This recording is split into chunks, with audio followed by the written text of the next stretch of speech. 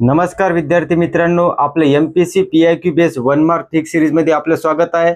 आज आपण नाही का राष्ट्रीय उत्पन्न समितीबद्दल पाहूया, महत्त्वाचे प्रश्न आणि त्याची PIQ आणि काही त्याची माहिती। आणि राष्ट्रीय उत्पन्न समितीच्या आधी आपण नाही का GDP, GNP, NNP, GDP डिप्लेक्टर, हरित GDP घेतला आहे। म्हणजे हे टॉपिक घेतला तर आपला राष्ट्रीय उत्पन्न म्हणजे राष्ट्रीय उत्पन्न हा टॉपिक कव्हर होईल। तुम्ही हे बघून घ्याल। चला तर आपण पाहू। राष्ट्रीय उत्पन्न समितीची स्थापना आहे ते 4 ऑगस्ट 1949 रोजी झाली। लक्षात ठेवा, हे 9 जे आहे ना, 9 लक्षात ठेवा।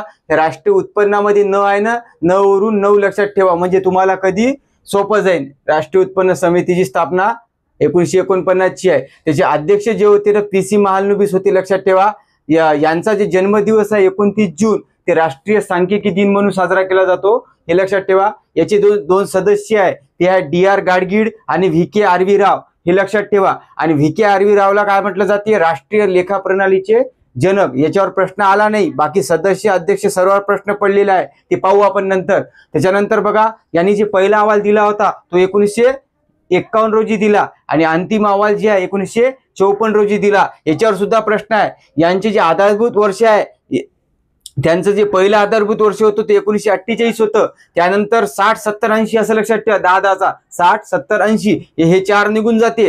93, 99, 2004, 2011 हे लक्षात राहते आपल्याला। 2004, 11 हे लक्षात ठेवा। 93, 99 हे आपल्याला जवळपास 9 आहे, हे 9वी पाठ पाहिजे। कसे आपल्याला आलेले आहे प्रश्न दाखवतो। आणि 2022 आता लेटेस्ट आहे। 2024 ला समिती नेमली होती, बिस्वनाथ गोल्डर समिती।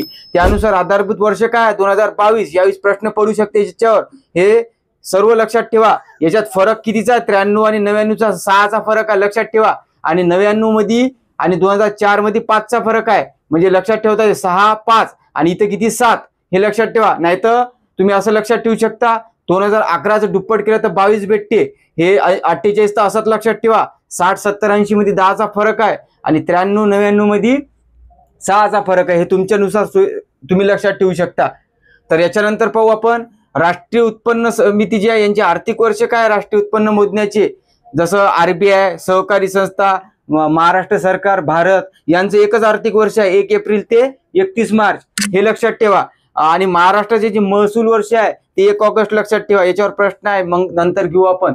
तर यानंतर नाही का राष्ट्रीय उत्पन्न ही प्रवाही संकल्पना आहे, याच्यावर सुद्धा प्रश्न आहे, लक्षात ठेवा। प्रवाही म्हणजे काय? नदीप्रमाणे नाही का गतिमान आहे, ती बदलत असते, हे असं म्हणते प्रवाही। फक्त प्रवाही लक्षात ठेवा। राष्ट्रीय उत्पन्न मोजण्यासाठी कोणती पद्धत सुचवली होती राष्ट्रीय उत्पन्न समितीने? तर निव्वळ उत्पादन पद्धत, हे उत्पादन पद्धत आणि निव्वळ उत्पन्न पद्धत आपण वाचतो ना। राष्ट्रीय उत्पन्नाच्या तीन मोजण्याच्या पद्धती, उत्पादन, उत्पन्न आणि खर्च, यापैकी हे 2 संकल्पना सांगितल्या होत्या। आणि खर्च पद्धत नाही का भारतात वापरली जात नाही, परंतु पद्धती विचारल्या जातील। पण भारतात कोणत्या पद्धती वापरल्या जाते? 2, उत्पादन आणि उत्पन्न। त्याच्यानंतर बघा, राष्ट्रीय उत्पन्न समितीने कोणत्या संस्थेची शिफारस केली होती? NSO ची आणि CSO ची। NSO ला सुरुवातीला 1950 ला NSO म्हणत होतं आणि आता काय म्हणते? NSSO। 1970 ला पुनर्रचना झाली, हे लक्षात ठेवा। आणि CSI ची स्थापना 1951 ला झाली आणि आता त्याला आपण 1954 ला नाव चेंज केलं तर CSO म्हणतो, हे लक्षात ठेवा। याला आपण काय म्हणतो इंग्लिश मध्ये? सेंट्रल स्टॅटिस्टिक इन्स्टिट्यूट आणि सेंट्रल स्टॅटिस्टिक ऑफिस, हे फरक आहे। आणि NSO ला म्हणतो नॅशनल सॅम्पल ऑफिस आणि नॅशनल सॅम्पल ऑर्गनायझेशन, याला म्हणतो नॅशनल सॅम्पल सर्वे ऑफिस। 1970 याच्यावर फक्त लक्षात ठेवा, NSO आणि CSO याची स्थापना। आणि 19 ला नाही का NSO आणि CSO यांचे विलिनीकरण करण्यात आलं, हे लक्षात ठेवा। त्याची तारीख आहे 23 मे 2019 रोजी। आणि याचं नाव काय केलं मग दोघांचं मर्ज करून? तर राष्ट्रीय सांख्यिकी कार्यालय, हे लक्षात ठेवा। हे आला नाही क्वेश्चन, याच्यावर प्रश्न आलेले आहे पण हे नाही आला, तर लक्षात ठेवा 23 मे 2019 राष्ट्रीय सांख्यिकी कार्यालय। त्याच्यानंतर बघा, राष्ट्रीय सांख्यिकी आयोग आहे, याच्यावर प्रश्न आला नाही, परंतु याची स्थापना लक्षात ठेवा 12 जुलै 2006 ची आहे। याचे पहिले अध्यक्ष जे आहे ते सुरेश तेंडुलकर आहे। याचा कालावधी जे आहे अध्यक्षाचा 3 ते 70 वर्ष आहे आणि हा कायमस्वरूपी आयोग होता। परंतु यापूर्वी नाही का एक तात्पुरता आयोग सुद्धा होता, जानेवारी 2000 मध्ये स्थापन झाला, त्याचा अध्यक्ष रंगराजन होता। फक्त मला वाटते याच्यावर प्रश्न तारखेवर आला नाही, अध्यक्षावर आला नाही, तर या 2 गोष्टी येऊ शकते, तुम्ही लक्षात ठेवा। पहिला अध्यक्ष सुरेश तेंडुलकर आणि 12 जुलै 2006 ला कायमस्वरूपी आयोग स्थापन झाला।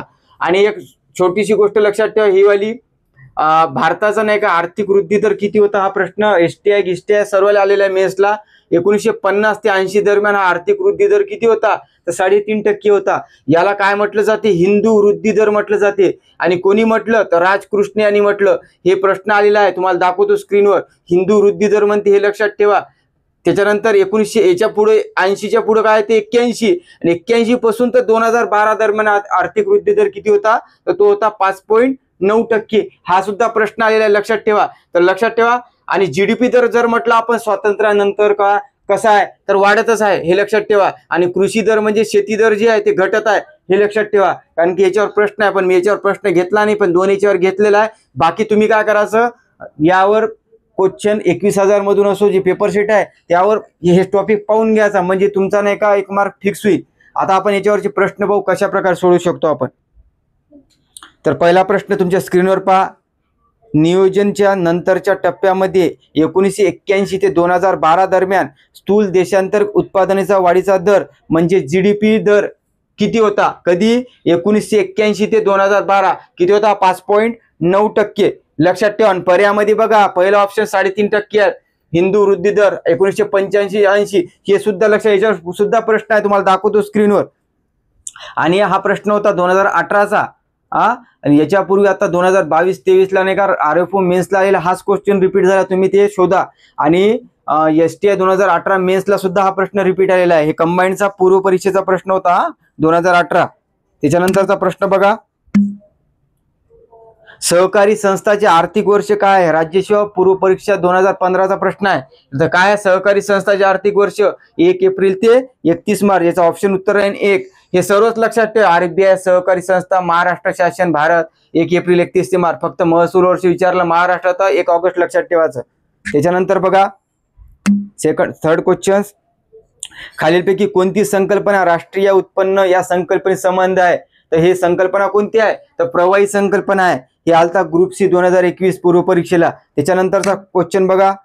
भारत सरकार द्वारा पीसी महालनोबिस याच्या अध्यक्षतेखाली राष्ट्रीय उत्पन्न समितीचे गठन कोणत्या वर्षी करण्यात आले. अध्यक्ष कोण आहे बघा पर्यायामध्ये देऊन आहे पीसी महालनोबिस. पण स्थापना विचारली किती आहे 4 ऑगस्ट 1949. लक्षात कसं ठेवायचं उत्पन्नावरून न वरून 9 हे लक्षात ठेवा कधीच भुलसान नाही. पण तारीख पाठ पाहिजे कारण की माहिती आपल्याला 1 पेजची आहे. याच्यामध्ये नाही का चुकलंच नाही पाहिजे. आपण याच्यावर काय करेन आयोग इथं 48 टाकीन 47 टाकीन तर ते लक्षात ठेव जा. मी प्रश्नही आहे समोर बघा. एसटीआय 2014 विचारला होता. स्वातंत्र्यानंतर भारत सरकारने राष्ट्रीय उत्पन्न समितीची स्थापना कधी केली. इथं बघा ऑप्शन मध्ये टाकलं होतं ऑगस्ट 1948 होतं. इथं हे विधान चूक आहे कारण किती आहे ऑगस्ट 1949 हे विधान चूक आहे. आणि याचे प्रोफेसर जे DR गाडगीळ होते ते अध्यक्ष होते म्हणते. अध्यक्ष कोण होते पीसी महालनोबिस. सदस्य गाडगीळ होते आणि राव होते. म्हणजे इथंच करणार तुम्हाला कन्फ्युजन इच्छा. पण हे काय पाहिजे पाठ पाहिजे एवढं लक्षात ठेवा. त्याच्यानंतर हे दोन्ही विधान चूक आहे. त्यानंतरचा क्वेश्चन स्क्रीनवर पहा. राष्ट्रीय उत्पन्न मोजमापात सध्या CSO 2005 हे आधारभूत वर्ष वापर करते. चला तर नेक्स्ट क्वेश्चन पहा. तर राष्ट्रीय एसटीआय 2014चा प्रश्न आलेला आहे परंतु हा प्रश्न रिपीट 2024 ला ग्रुप सी ला कसा झाला ते सांगतो मी. बघा पहिलं सेंटेन्स बघा. राष्ट्रीय उत्पन्न मोजमापात सध्या केंद्रीय सांख्यिकी संस्था म्हणजे CSO 2005 चा आधारभूत वर्षाचा वापर करते. आता बघा 2005 आहे का नाही 2004 आहे म्हणून विधान चूक आहे. सेकंड सेंटेन्स बघा. यापूर्वी नाही का म्हणजे 2005 पूर्वी 2000 आधारभूत वर्ष होतं म्हणते. होतं का 2004 पूर्वी समजा याच्यानुसार नाही किती होतं 1999. बघा हे प्रश्न दोन्ही चुकीचं आहे. आता हे प्रश्न कसा रिफ्लेक्ट झाला आपल्या 24 मध्ये तुम्हाला दाखवतो. बघा ग्रुप सी 2024 राष्ट्रीय उत्पन्नाच्या हिशोबासाठी 1993 या मूळ वर्षाच्या जागी CSO द्वारे कोणत्या सुधारित वर्षाचा वापर करण्यात आला. आता 1993च्या जागी कोण आलं 99 म्हणजे याचं उत्तर काय राहील फक्त 99 ओनली सी. आता तुम्ही लक्षात ठेवा याच्यात नाही का तुम्हाला तिसरा पर्याय BC 21 असणार नाही आहे. परंतु इथं विचारलं का आपल्याला सुधारित वर्षाचा वापर केला 1993च्या जागी 93च्या जागी कोण आलं 93च्या जागी कोण आलं 99. म्हणजे लक्षात घ्या आधारभूत वर्षामध्ये फरक मिनिमम किती आहे माहिती आहे का, जवळपास 6 ते 7 वर्षाचा असते. म्हणून पर्याय सुद्धा कटत होता. पहिला 94 कटत होता, त्याच्यानंतर 97 कटत होता आणि 2000 सुद्धा कटत होता. 2000 राहत होता पर्यायामध्ये 1999 किंवा 2000. परंतु पहिलेच ऑलरेडी 2000 आणि 2005 वर आपल्याला प्रश्न आलता जे चुकीचे दिले होते. ते अनालिसिस जर केलं असतं आपल्याला हा प्रश्न सॉल्व्ह झाला असता. हे लक्षात ठेवा, PIQ किती महत्व आहे. यालाच म्हणते PIQ अनालिसिस. तर त्याच्यानंतरचा क्वेश्चन बघा,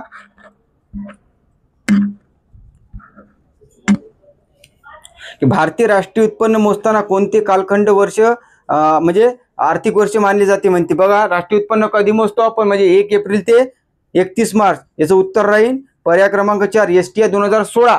परंतु 1867 पासून हे केलं जाते, लक्षात ठेवा. चला आता आपण नेक्स्ट क्वेश्चन पाहू.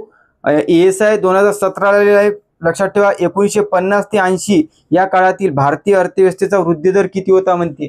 ते किती होता 1950 ते 80? 3.5%. यालाच आपण हिंदू वृद्धी दर म्हणतो. कोण म्हटलं हिंदू वृद्धी दर? राजकृष्ण यांनी म्हटलं होतं, हे लक्षात ठेवा. पहा 50-80 वर आला, 81 ते 2012 दरम्यान आला. या GDP दरवर बी आला, वाढत राहते. कृषी दर घटत जाते.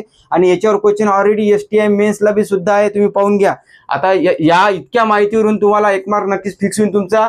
फक्त तुम्ही याचे नाही का, हे जेव्हा मी शिकवतो ते तुम्ही लिंक करा PIQ ला घेऊन. म्हणजे यावर आणखी काही क्वेश्चन आले असेल तर ते तुम्ही नोट डाऊन करा आणि 1 मार्क फिक्स करा. आता मी तुम्हाला एक गोष्ट सांगतो, की आता आपण नाही का इकॉनॉमिक्सचे सुद्धा नाही का महत्वाचे टॉपिक घेऊ, जे नाही का खरंच त्याच्यावर प्रश्न येते 10-12. त्याच्यावर आपण रोज व्हिडिओ टाकू. त्याच्यानंतर समाज सुधारक सुद्धा घेऊ. आणि करंट अफेअर सिरीज जी आहे आपली सिम्प्लिफाईड पब्लिकेशन सोर्स राहील. मी जवळपास नाही का रोज 25 क्वेश्चन टाकण्याचा प्रयत्न करतो. म्हणजे तुमची जी परीक्षा होईपर्यंत नाही का 1000 क्वेश्चन तुमचे नाही का MCQ स्वरूपात झाले पाहिजे. आणि त्याच्यानंतर काय म्हणतो, सायन्सचे सुद्धा नाही का हार्ड टॉपिक जसं वनस्पती, प्राणी, बाकीचे जे आहे ते डिटेलमध्ये घेऊ. म्हणजे जेणेकरून 25 मिनिटाचा व्हिडिओ सुद्धा झाला तरी सुद्धा तुम्हाला नाही का त्याचा प्रश्नही सुद्धा राहील आणि तो टॉपिकच नाही का कंपॅरिझन कसं लक्षात राहील हे तुम्हाला समजणार आहे. तर आजचा जर तुम्हाला नक्कीच व्हिडिओ आवडला असेल तर लाईक करा, कमेंट करा, शेअर करा. धन्यवाद.